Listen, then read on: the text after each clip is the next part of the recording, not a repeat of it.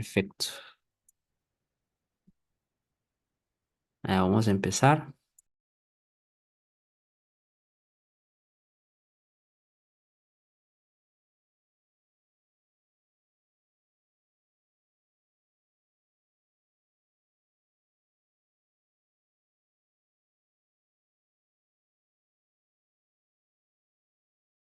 Bien, a ver, vamos a empezar entonces.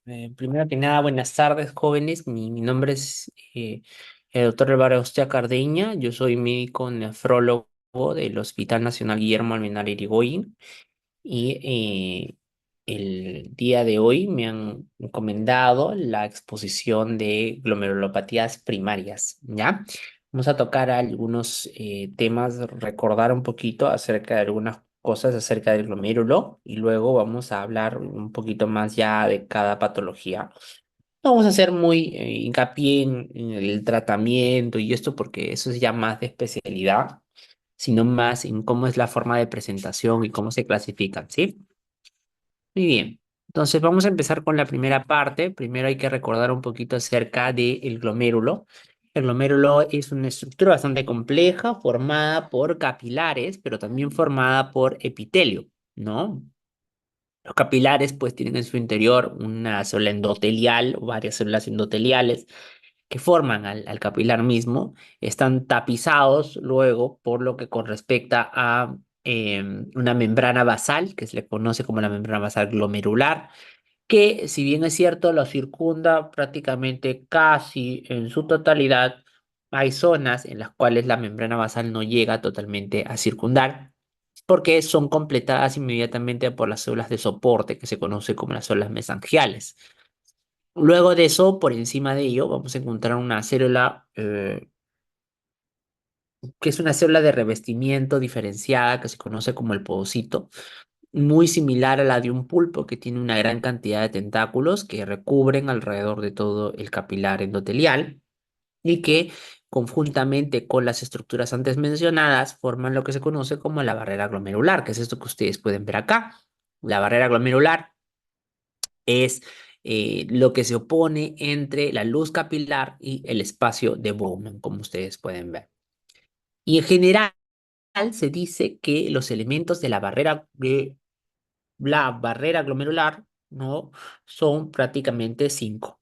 Los cinco componentes de la barrera glomerular son el glucocálix, el endotelio, la membrana basal glomerular, el podocito y el diafragma podocitario, que es este espacio que está completado por una serie de proteínas y que se conoce como el diafragma podocitario. Y el glucocálix, que es el otro elemento nuevo que digamos se ha agregado, es una fina capa de moléculas electronegativas que lo que hacen es estar por encima de la célula endotelial, de tal manera que son la primera barrera que le ofrecen contra las proteínas al interior de las capilares y en el interior del endotelio, ¿no? Este es el diafragma podocitario, miren ustedes el podocito, el pedicelo, y están completados por una serie de proteínas que están la nefrina, la nef1, nef2, podocina, etcétera, ¿no?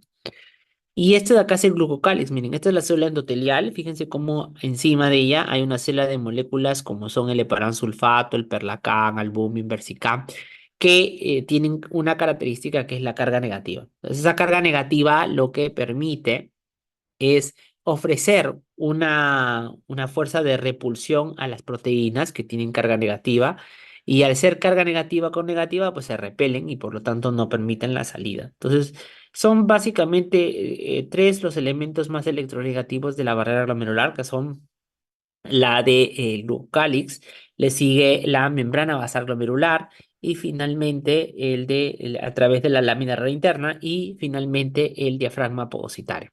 Entonces, a partir de ello, nosotros ya sabemos los elementos de la barrera glomerular. Ahora vamos a hablar de las enfermedades glomerulares, que son enfermedades que son resultado de daños a nivel del mismo glomérulo, que pueden ser adquiridos o pueden ser hereditarios, ¿no? Y que la forma de presentación puede ser sumamente amplia, desde el famoso síndrome nefrótico como el famoso síndrome nefrítico, que vamos a hablarlo en alguna oportunidad, ¿no? Y que debutan con hematuria, proteinuria, insuficiencia renal, hipertensión arterial, edema, hipercoagulabilidad, a otros hallazgos sistémicos que varían de acuerdo a las diferentes causas de la enfermedad renal. Dentro de las enfermedades glomerulares existen básicamente dos tipos, las primarias y las secundarias, y en ambos lados, pues varía cuál es la enfermedad que más se presenta de acuerdo al grupo etario. Por ejemplo, en la enfermedad que provoca más pérdida de proteínas a nivel de la niñez es la enfermedad de cambios mínimos. La enfermedad membranosa puede llegar a ser más en la etapa adulta, adulto mayor, ¿no? Y así, el lupus que puede ser mayor a nivel del adulto joven, sobre todo en la mujer, ¿no? Entonces, son diferentes tipos de incidencias que se pueden encontrar de acuerdo a las diferentes enfermedades causantes de enfermedad glomerular.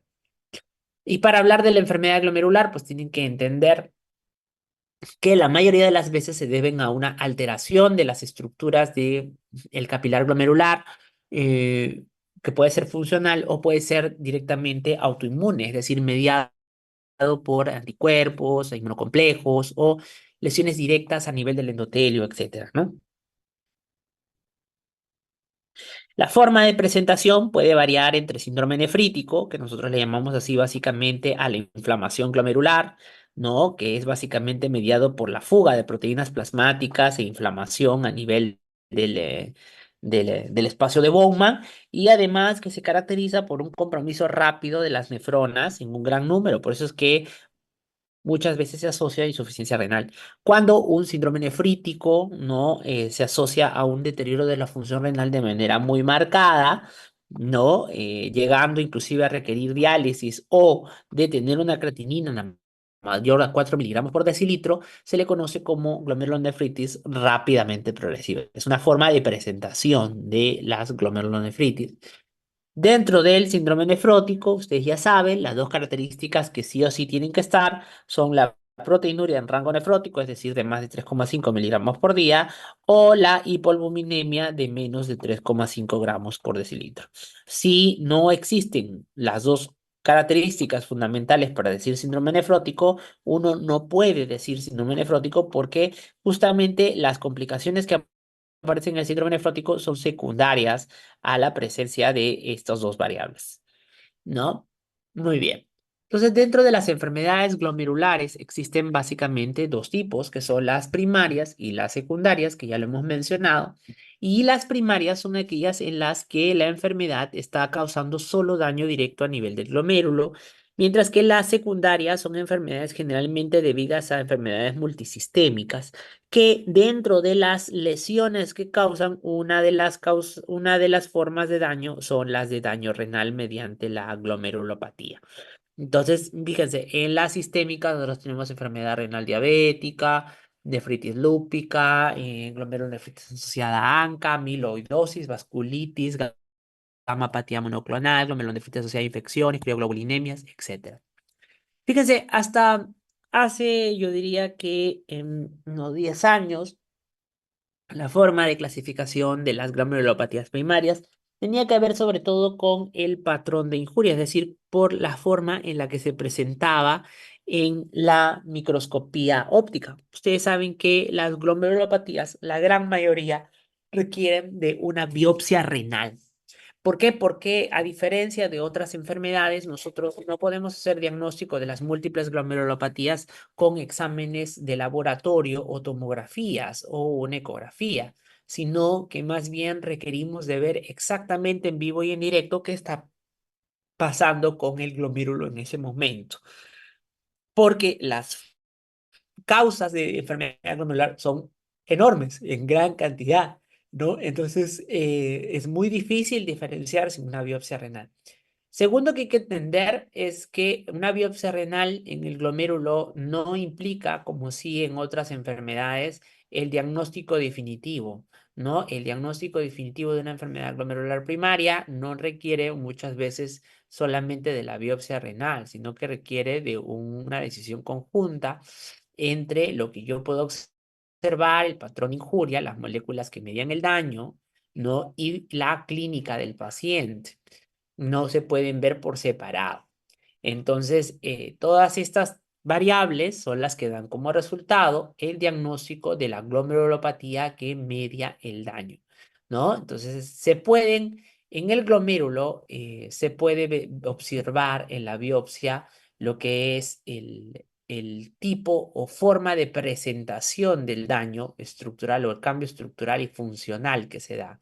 Y esto se llama el patrón de injuria. Es la forma en la que se expresa el glomérulo ante el proceso injuriante, ¿no? Es la forma de presentación del daño. Entonces, a eso se le llama patrón de injuria. Y ese patrón de injuria, ¿ya?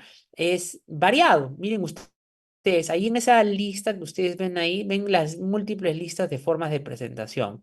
Glomerulosclerosis focal y segmentaria colapsante, glomerulosclerosis focal y segmentaria, glomerulonefritis membranosa, enfermedad de cambios mínimos, mesangiolisis, membrana. Todas esas listas de enfermedades que yo sé que ustedes han pensado antes que eran una enfermedad, no son una enfermedad, son un patrón de injuria, es decir, cómo se manifiesta el riñón ante la lesión que ha generado ese daño. ¿Ya? Entonces, repito otra vez, esos nombres que ustedes están viendo ahí no son el nombre de la enfermedad, son lo que se ha encontrado en el microscopio óptico, es decir, la forma de presentación del daño glomerular. Cada uno de ellos puede ir mediado por un daño en específico de una célula. Así, por ejemplo, la glomerulosclerosis se caracteriza básicamente por daño de podocito, ¿no? La mesangiolisis por la célula mesangial, ¿no? Etcétera, diferentes tipos de lesiones, ¿no? Entonces se dice que una enfermedad glomerular, chicos, puede dar diferentes tipos de patrón de injuria y que pueden deberse a un sinnúmero de causas, pero se le puede clasificar de acuerdo a la patogenia. Y de acuerdo a la patogenia existe la clasificación de acuerdo a si son infecciones, aloinmunes, autoinmunes, autoinflamatorias y gamapatías monoclonales. Entonces, así por ejemplo, nosotros tenemos que las glomerulopatías asociadas a una infección pueden ser a una defensa del huésped de la inmunidad innata o adaptativa con o sin la presencia de el germen en su interior, ¿no? Si, por ejemplo, las infecciones, las glomerulopatías asociadas a infecciones son habitualmente glomerulopatías que se deben a que el glomérulo expresa un daño, ¿no? A nivel del mismo, ¿no? Por una inflamación ante la respuesta inflamatoria del germen. Por ejemplo, en la glomerulonefritis posinfecciosa se debe a que yo detecto un antígeno, mi cuerpo detecta un antígeno del germen y ese antígeno hace una reacción cruzada contra una molécula propia mía y por lo tanto yo creo un anticuerpo contra eso. El anticuerpo se une con el antígeno, forma lo que se conoce como el inmunocomplejo y este se termina depositando a nivel del glomérulo, provocando glomerulonefritis, lo que es muy producido en la glomerulonefritis postinfecciosa, por ejemplo, ¿no? Eso es lo que sucede. Aquí vamos a ver que hay habitualmente depósitos de anticuerpos, IgM, IgG, etcétera, ¿no? Hay otro tipo de enfermedades glomerulares que son las glomerulonefritis autoinmunes. Las glomerulonefritis autoinmunes son glomerulonefritis mediadas por anticuerpos por inmunidad adaptativa en respuesta de autoantígenos, ¿no? En respuesta de autoantígenos. Y estos autoantígenos pueden darse por diferentes causas, ¿no? Por diferentes causas.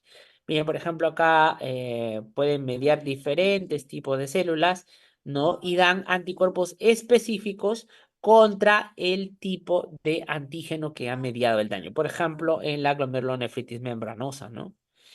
Hay otro tipo de glomerulonefritis que es la glomerulonefritis autoinflamatoria. Este generalmente se debe a errores al momento genético de la inmunidad innata que generalmente no produce depósito de inmunocomplejos, ¿no? Pero que provocan diferentes grados variables de daño glomerular.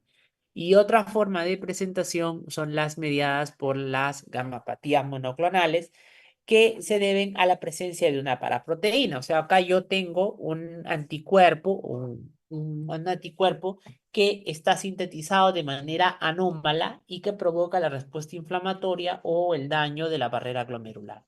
¿no? Miren, acá se puede ver mucho mejor la glomerulonefritis por infección. Yo tengo una respuesta adaptativa en contra un antígeno de un patógeno. Este antígeno del patógeno se une al anticuerpo, se forma un inmunocomplejo. El inmunocomplejo habitualmente se va por el subendotelio y eso genera un síndrome nefrítico, ¿no? Con una respuesta inflamatoria exagerada, con neutrófilos, ¿no? Monocitos, la salida de eritrocitos, ¿no? La activación de complemento, etcétera, y con la insuficiencia renal de por medio, ¿no? Luego está la glomerulonefritis inmune, que aquí se da básicamente porque hay una respuesta adaptativa contra un antígeno. Igual hay un anticuerpo, esta vez generado no contra un antígeno patógeno, sino más bien contra un antígeno propio, es decir, hay una pérdida de la tolerancia en la cual además hay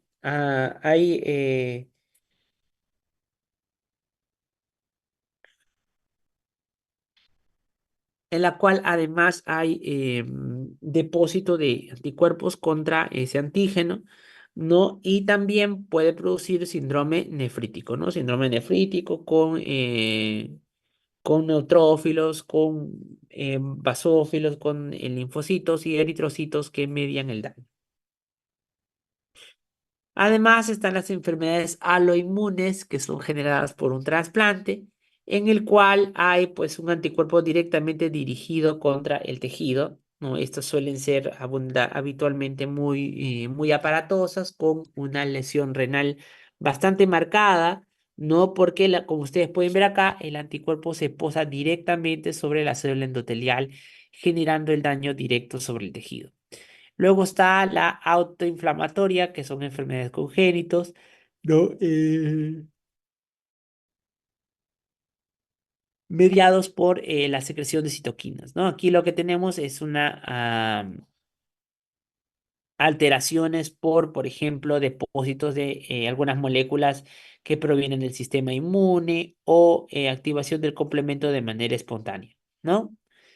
Y finalmente, las glomerulopatías asociadas a gramopatía monoclonal, que se deben a que un anticuerpo se fabrica en grandes cantidades, pero este anticuerpo es un anticuerpo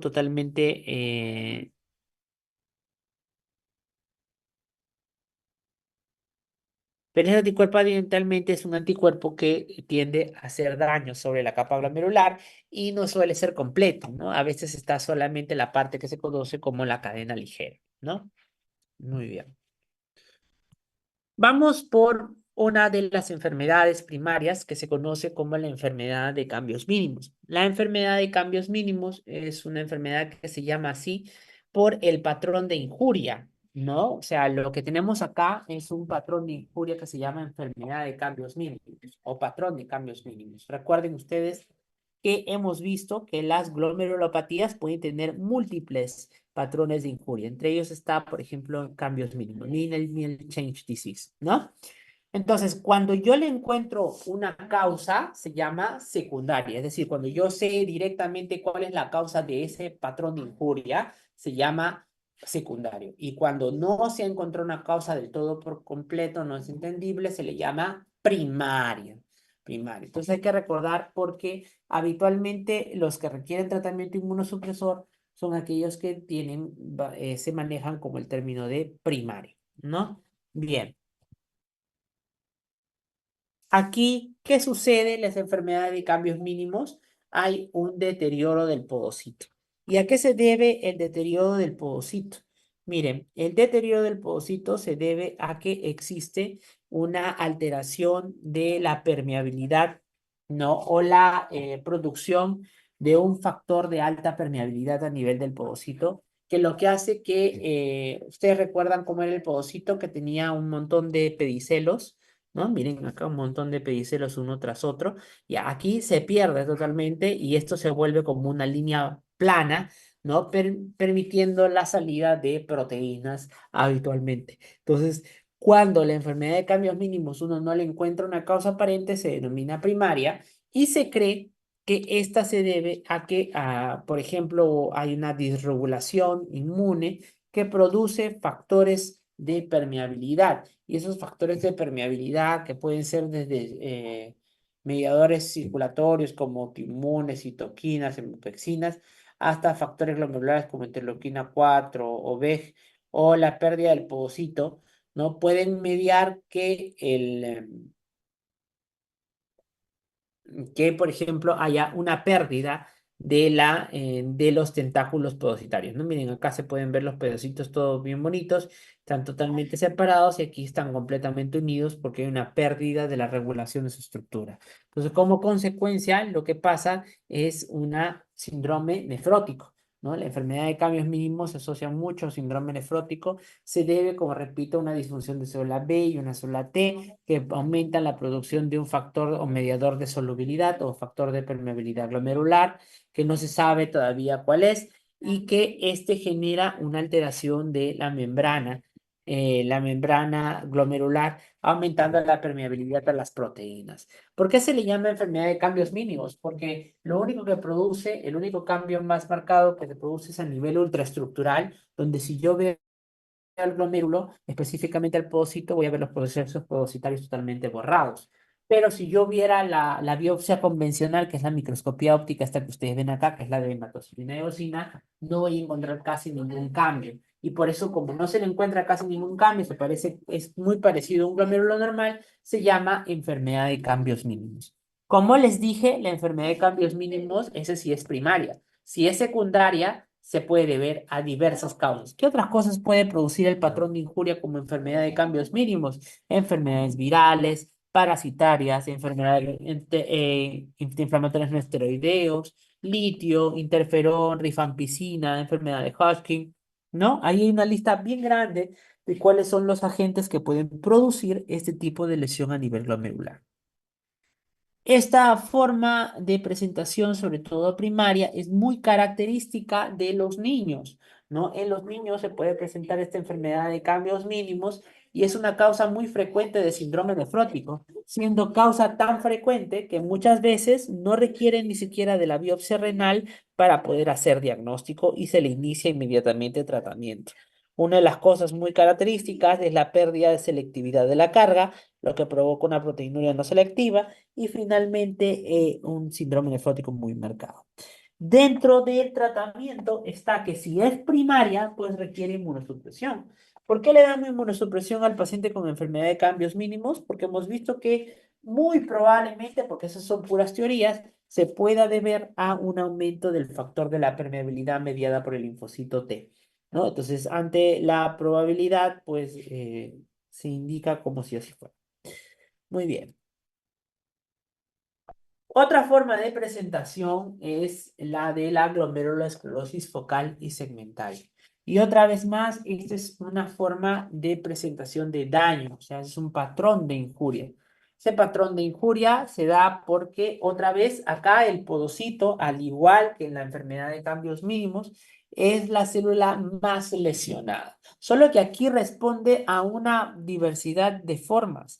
¿No? Una de las formas a las que responde es, por ejemplo, el estrés dinámico, es decir, constantes dilataciones o tensiones de la pared del glomérulo pueden mencionar que terminen produciendo un mayor daño sobre el podocito, porque el podocito es la célula que soporta finalmente esta carga de salida del filtro, ¿no? Entonces se sabe que cuando eso sucede, a veces el podocito en el intento de querer regenerarse provoca que la cápsula de Bowman haga este aumento de mitosis y poco a poco intentar producir más podocitos, pero más bien tiende a cerrarse e inclusive a colapsar el glomérulo, por lo que no es frecuente.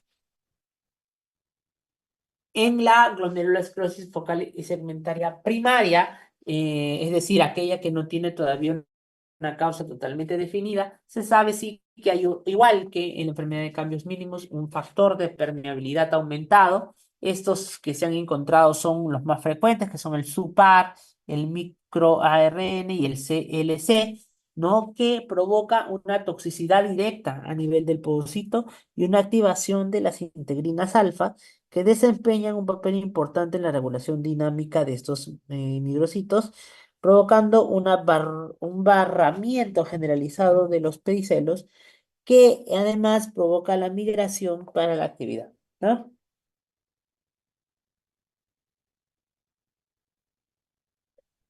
Muy bien, entonces miren ustedes cómo pueden ver acá, ¿no? Como pueden ver acá, como pueden ver acá, ¿no? El glomérulo forma una sustancia proteinácea acelular y esa sustancia proteinácea acelular es lo que se conoce como esclerosis. Es por eso que esta enfermedad y además esta esclerosis sucede en menos del 50% de los glomérulos, menos del 50% de todos en general, de todo el glomérulo, ¿no? Entonces por eso se llama glomerulosclerosis focal y segmentaria, ¿ya? Muy bien. Pero así como la enfermedad de cambios mínimos puede deberse a una enfermedad secundaria, o sea, a otra enfermedad que ha generado ese patrón de injuria, igual la focal y segmentaria. Por eso esta que ustedes ven aquí son las listas de condiciones que pueden generar una glomerulosclerosis focal y segmentaria de índole secundario, ¿no? Como son, por ejemplo, alteraciones del gen ApoL1, ¿no? Obesidad, tabaco, gestacional, parto prematuro, ¿no? Uso de interferones, HIV, son diferentes causas probables para glomerulosclerosis focal y segmentaria. Ahora, esta se puede presentar de diferentes formas, hay diagnósticos o clasificaciones típicas, pero estas no son de relevancia. Miren, lo que sí podemos ver aquí es la presencia de la esclerosis marcada, ¿no? A nivel del pósito.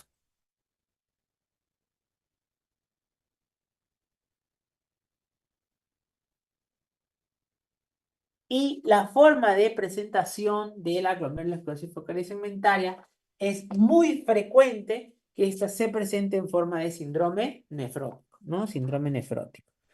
Muy bien. Perdón un momentito.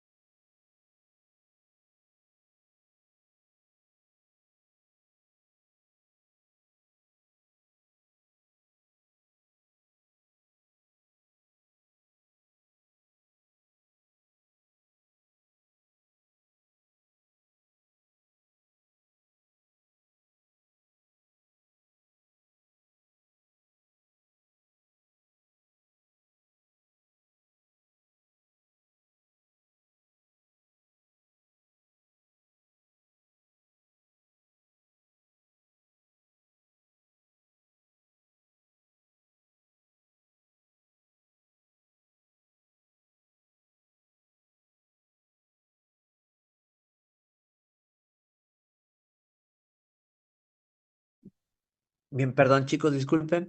Muy bien, entonces como les decía, la glomerulosclerosis focal y segmentaria es una enfermedad que se caracteriza porque nosotros tenemos una gran cantidad, un síndrome nefrótico. ¿Por qué? Porque como la lesión es mediada básicamente en el podocito y el podocito es una célula que forma parte de la barrera glomerular y que por lo tanto permite la electronegatividad de la barrera, entonces, la cantidad de pérdida de proteínas es masiva. Por eso es que es una causa de síndrome nefrótico esta enfermedad, ¿no? ¿No? Ahora, como les decía, la glomerulosclerosis focal y segmentaria puede ser primaria cuando yo no encuentro la causa y aquí el mecanismo fisiopatológico que media es el que le he mencionado, un factor circulante, ¿no? Que no se sabe todavía cuál es. Algunos ponen que es una molécula conocida como SUPAR, otros como microARN que genera este daño de podocito y otros, en otras oportunidades, se cree que el mecanismo por el cual se daña el podocito es asociado a una enfermedad. Cuando es asociado a una enfermedad como HIV, como parvovirus B19, cuando es APOL1, prematuridad, etcétera, es allí donde se conoce como secundaria. Y en esos casos es importante diferenciarlo porque, como les repito otra vez, se trata de una forma de patrón de injuria que está asociada a una enfermedad, ¿no? Entonces, muy bien. Cuando es primaria, pues el tratamiento es inmunosupresor. ¿Por qué? Porque obviamente aquí sabemos que el linfocito B o el linfocito T es el que ha mediado probablemente ese factor de permeabilidad aumentado y que ha generado esa proteinuria. Entonces, en esos casos se da pues corticoides u otros inmunosupresores, ¿no? Mientras que cuando no, ahí es secundario, no se le da tratamiento inmunosupresor, sino más bien se le da tratamiento a la causa. Si es infección por parvovirus B19, pues hay que darle el manejo paliativo del parvovirus B19 y etcétera, ¿no? Otra forma de presentación es el patrón conocido como nefropatía membranosa, que también es una lista, está dentro de la lista de las formas de presentación. Miren, acá estaba en las formas de patrón de injuria, ¿no? Acá está, donde está membranos glomerulonefritis o nefropatía membranosa. Es otra forma de tipo de lesión o de patrón. ¿A qué se debe el patrón de injuria conocido como nefropatía membranosa? Bueno, generalmente se debe a que aquí sí ya hay una autoinmunidad de por medio, hay un anticuerpo dirigido contra un antígeno que forma un inmunocomplejo. Y ese inmunocomplejo se deposita inmediatamente por debajo del epitelio, es decir, del podocito. Entonces, miren, en la nefropatía membranosa o en el patrón de injuria conocido como nefropatía membranosa, este complejo de anticuerpos con antígenos, o sea, el inmunocomplejo, genera una respuesta por parte del podocito, ¿no? Uno, activando el complemento, lo que conduce al ensamblaje de la proteína, el complejo de ataque de membrana, ¿no? Y la inserción de la membrana y la inserción a nivel de las membranas plasmáticas, lo que tiende a lesionar el podocito. Eso hace que se distribuya totalmente la actina y la lactina en el interior del podocito. Hay una pérdida de la integridad del diafragma y además hay una expansión de la membrana basal glomerular porque hay un aumento de la síntesis de colágeno tipo 4 y laminina por los podocitos lesionados. Los podocitos que han sido lesionados producto del complejo de ataque de membrana, lo que hacen es producir una mayor cantidad de colágeno el inmunocomplejo y lo van encerrando cada vez más. Como consecuencia de ello, ¿qué tengo yo? Tengo, por lo tanto, que la membrana basal glomerular se va a engrosar por la mayor síntesis de colágeno tipo 4 en el interior de la membrana. Entonces tengo una membrana totalmente engrosada, pero como además hay lesión de podocito por la acción del complejo de ataque de membrana, entonces voy a tener proteinurias masivas. Solo que aquí sí es producido por un inmunocomplejo inmediatamente por debajo del podocito. ¿Cómo se llaman? Complejos subendoteliales, subepiteliales. Muy bien. Y esos inmunocomplejos, la pregunta es cómo se formaron. Puede que se hayan formado anteriormente y se hayan depositado acá, por ejemplo, en el caso del lupus. O el anticuerpo haya ido directo contra un antígeno del podocito, como es el PLA2R, o sea, el receptor de la fosfolipasa A2. O puede ser que el antígeno se haya posado inmediatamente por debajo del podocito y el anticuerpo se haya ido buscándolo a este antígeno. Entonces, eso, por ejemplo, sucede en la hepatitis C, donde yo tengo un antígeno, que es el antígeno E, por ejemplo, al cual el anticuerpo se va a intentar dosar al antígeno, ¿no?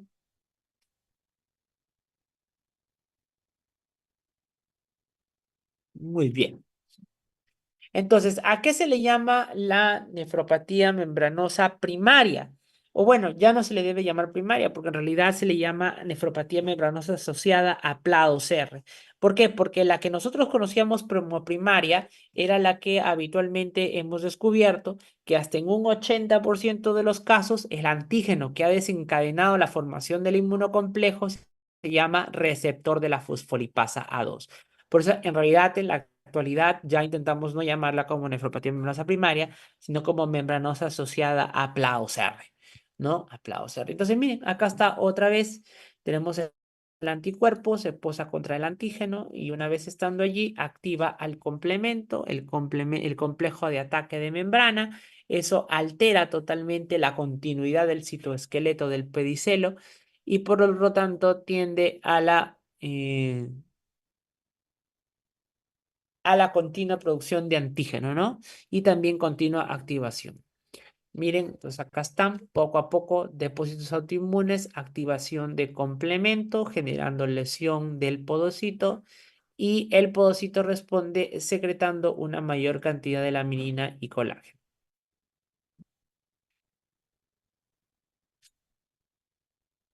Entonces, recuerden, la primaria es a la que nosotros hemos denominado o la que ya sabemos que en un 80% de los casos se debe al receptor de la fosfolipasa 2, por eso se le llama más membranosa asociada a PLA2R.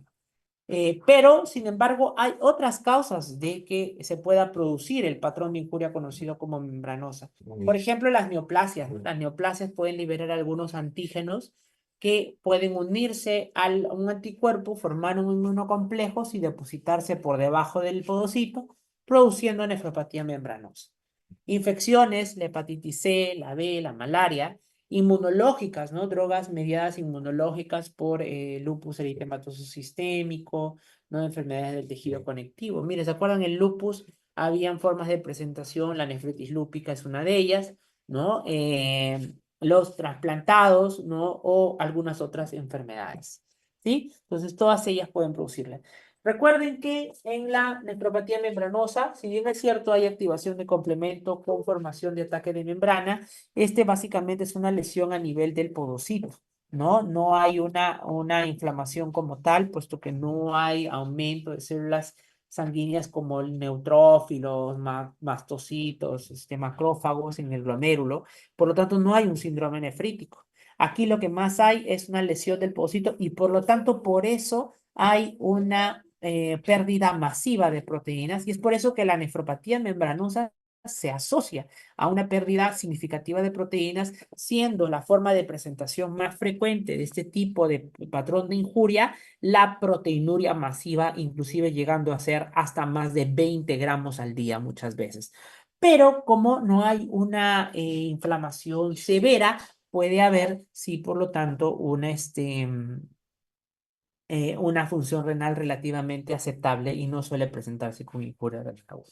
Miren, así es como se ve un capilar totalmente engrosado, pero engrosado porque la membrana basal responde mediante mayor cantidad de síntesis a nivel el colágeno tipo 4 en el interior de la barrera glomerular. Y también hay, como ustedes ven acá, no se puede ver unas manchas negras. Esas manchas negras son, pues, no son otra cosa más que los inmunocomplejos, ¿no? Y esos inmunocomplejos son los que se han depositado por debajo del endotelio, eh,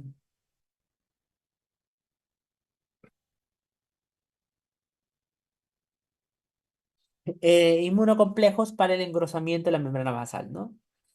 Muy bien. Entonces, como en la actualidad se sabe que gran parte de los pacientes con nefropatía membranosa primaria, antes llamada, ahora asociada a PLA2R, se sabe que el antígeno es el PLA2R, o sea, el antígeno, el receptor contra la fosfolipasa A2. Es por eso que inclusive actualmente se plantea que el dosar el anticuerpo contra ese PLA2R, que es el que finalmente produce el inmunocomplejo y la nefropatía membranosa primaria, basta con ello para hacer probablemente ya el diagnóstico, ¿no?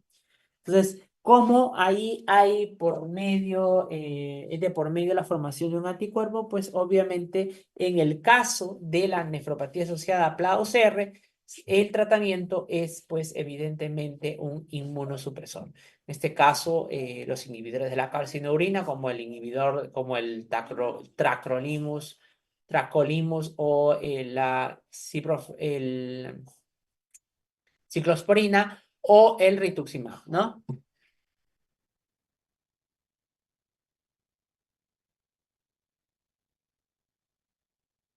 Muy bien. Otra forma, perdón, disculpen un ratito.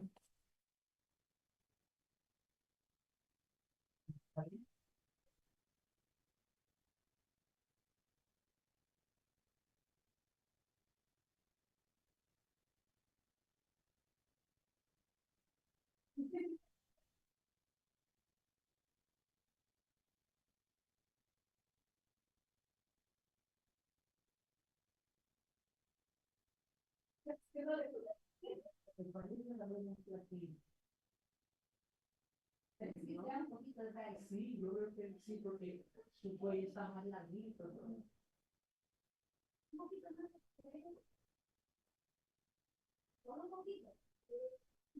Ahí vamos.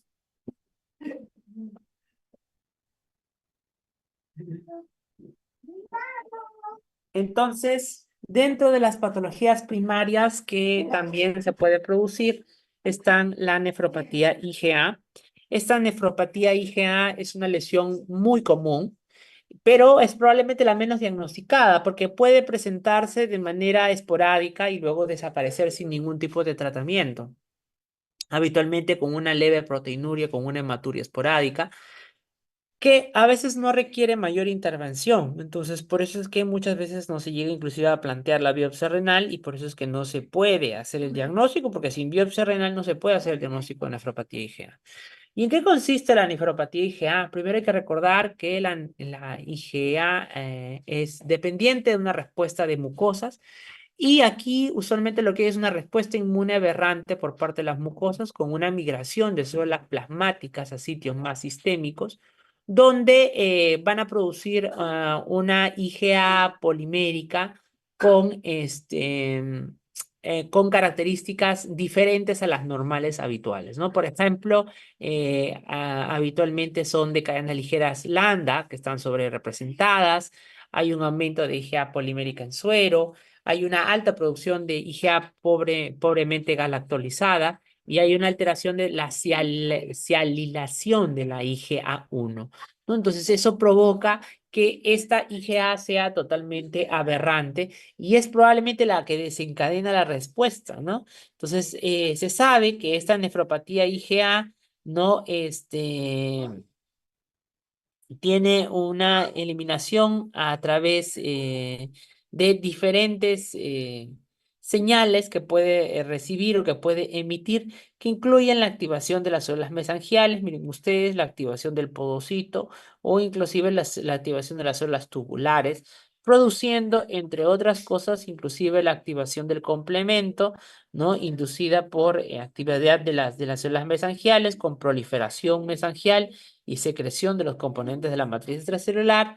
Hay un crosstalk entre mesangieles y podocitos, que quiere decir que entran en un constante intercambio, como una metaplasia, y hay una actividad de la vía del complemento vía alternativa, ¿no? Que se pueden activar de manera muy leve, generando a veces la presencia de C3A y C3A, C35A a nivel de la biopsia, ¿no? La nefropatía IgA se puede presentar en diferentes manifestaciones clínicas. ¿Por qué? Porque la forma de injuria, de hecho, el patrón de injuria de la nefropatía IgA puede ser muy variado. Pueden ir diferentes formas de patrones de injuria. Como son diferentes tipos de patrones de injuria, son diferentes formas clínicas de presentarse. Por ejemplo, 40 a 50% de los casos se dan como episodios de hematuria macroscópica recurrente que acompañan a una infección habitualmente respiratoria. Ese es el patrón o esta es la presentación clínica a la que se le llama la nefropatía IgA sinofaringítica. Y el 30 a 40% tiene hematuria macroscópica y generalmente proteinuria leve, ¿no? Y se detectan incidentalmente y solo 10% desarrollan o síndrome nefrótico severo o una glomerulonefritis rápidamente progresiva. Esas son muy, muy raras y son variables demasiado, demasiado inesperadas, ¿no? El diagnóstico es obviamente la biopsia renal que requiere ver el tipo de lesión, pero no se diagnostica a diferencia de las otras donde hemos hablado de focal y segmentaria, enfermedad de cambios mínimos, hemos hablado de membranosa, que son básicamente que eran patrones de injuria. Cambio nefropatía no es un patrón de injuria. ¿Por qué? Porque la forma de presentación son varias, miren ustedes. Puede haber hipercelularidad mesangial, hipercelularidad endocapilar, glomerulosclerosis segmentaria, atrofia tubular, fibrosis celular. Entonces, las formas de presentación de la IgA son muy, muy diversas. Por eso es que la forma de presentación clínica también es diversa, porque es el patrón de injuria el que le da la presentación clínica al paciente, ¿no? Entonces, vean ustedes. ¿Y por qué decimos entonces que se llama nefropatía IgA? Porque al teñir la inmunoglobulina A en la biopsia, en la inmunofluorescencia, le encontramos positivo en más de 2 cruces, ¿no? Y una vez que hemos probado que es una nefropatía IgA, pues sabemos sí que hay una producción de un anticuerpo anómalo, pero no siempre requiere tratamiento inmunosupresor, ¿no? Puede dársele tratamiento solamente simple, no inmunosupresor. Otro tipo de enfermedad de glomerulopatía primaria es la de la enfermedad de Goodpasture o el síndrome de Goodpasture, que es la enfermedad por anticuerpos contra la antimembrana basal glomerular, donde yo tengo anticuerpos contra el colágeno tipo 4 de la membrana basal glomerular, pero que también lo comparte la membrana basal alveolar. Por eso es que la forma de presentación puede variar desde una glomerulonefritis rápidamente progresiva hasta una hemorragia alveolar. Y de hecho, esto es típico, ¿no? Hay manifestaciones renales, habitualmente proteinuria en rango no nefrótico, insuficiencia renal muy marcada, rápidamente progresiva, con glóbulos rojos, ¿no? Hematías, leucocitos, todo propio de un síndrome nefrítico. Y la manifestación pulmonar habitualmente se da porque hay una hemorragia alveolar por la lesión de la membrana basal alveolar. No, aquí lo que se requiere es, inclusive antes que la biopsia, es el diagnóstico y este sí se puede hacer, como la presentación puede ser tan severa, requiriendo inclusive hasta ventilación mecánica, ¿no? Requiere muchas veces, no se puede a veces hasta realizar la biopsia porque el paciente rápidamente entra en ventilación mecánica. Entonces, ¿qué hay que hacer? Pues se le dosa un anticuerpo y para eso existe el dosaje de anticuerpos antimembrana basal glomerular, que con eso ya prácticamente se hace el diagnóstico. Y que requieren pues tratamiento de inmunosupresión altamente agresivo, ¿no? Metilprednisolona, ciclofosfamida, ¿no? Recambios plasmáticos terapéuticos, puesto que es una enfermedad que puede lesionar el riñón perdiéndolo en días, quedando en diálisis y además provocando falla ventilatoria con requerimiento de ventilación mecánica por hemorragia alveolar. Entonces, es definitivamente una forma de presentación muy agresiva.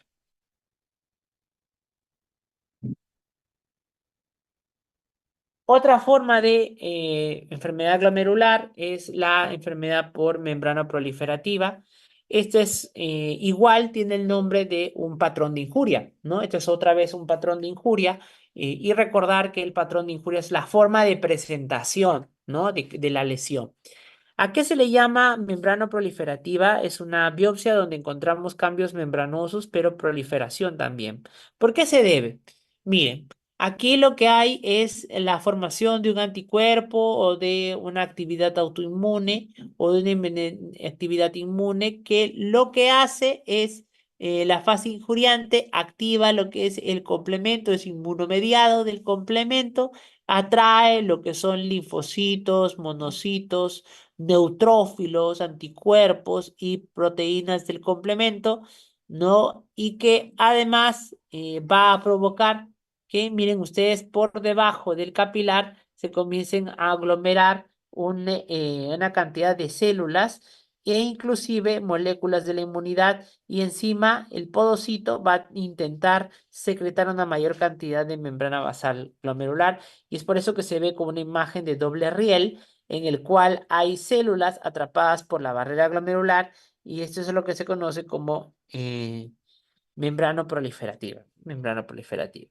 Ahora, el patrón de membrana proliferativa, no, a diferencia de las primeras, es decir, de la membranosa, de la focal y segmentaria y de la enfermedad de cambios mínimos, es más frecuente a que casi siempre sea secundaria, es decir, haya una patología de fondo sistémica o de fondo en general que esté generando este patrón de injuria y que no se deba a algo enteramente solo del riñón, ¿no? Es muy raro que sean primarias, es menos del 15%, mientras que más del 85% se debe a una enfermedad secundaria. Ahora, la pregunta del millón es, ¿y cómo saber entonces a qué cosa ha producido la membrana proliferativa? Depende de la clasificación. Si uno encuentra anticuerpos y antígenos positivos, perdón, complemento y anticuerpos positivos, se le llama mediado por inmunocomplejos. Y la mediada por inmunocomplejos tenemos a las infecciones idiopáticas cuando no encontramos causas, enfermedades autoinmunes y las gamapatías monoclonales. Estas son las mediadas por anticuerpos, ¿no? A veces, por ejemplo, en las infecciones hay que encontrar la causa de la infección, la antiinmunes, pues es necesario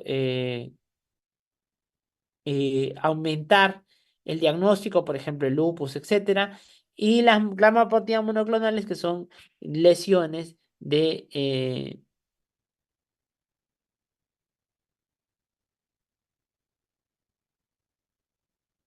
muy bien, y luego está lo que es los mediados por complemento, y ahí tenemos básicamente dos, mediada por complemento C4 y mediada por complemento C3. ¿Sí? Entonces las causas son múltiples. Miren, acá hay diferentes tipos, infecciosas, mediada por inmunocomplejos, neoplasias y por complemento. Acá hay otra forma de clasificación y la clínica varía, ¿no? Se dice que el patrón conocido como membrana proliferativa es de mal pronóstico porque se presenta en el tiempo. Habitualmente ha sido primero una proliferación celular que ha estado más de 3 meses y que ha provocado esa lesión de tipo de formación de tipo doble riel, ¿no? De la membrana basal glomerular y que no va a revertir con ningún tipo de tratamiento. Por eso es que habitualmente tienen mal pronóstico, tienen proteinuria, tienen pérdida por hematuria, leucocituria, no una función renal que se va deteriorando en el tiempo. Puede ser, es una lesión que a veces puede haber depósitos subendoteliales o proliferación mesangial y un doble contorno a nivel de la membrana glomerular. Miren ustedes, acá se puede ver muy bien cómo es que hay la presencia de doble membrana, ¿no? Con el inmunocomplejo a través de él y además los capilares están totalmente llenos de células inflamatorias, razón de por qué se llama membrana proliferativa. Acá se puede ver igualito, miren, la presencia de los dobles contornos, igualito, muy bien. No sé si alguno tiene alguna pregunta.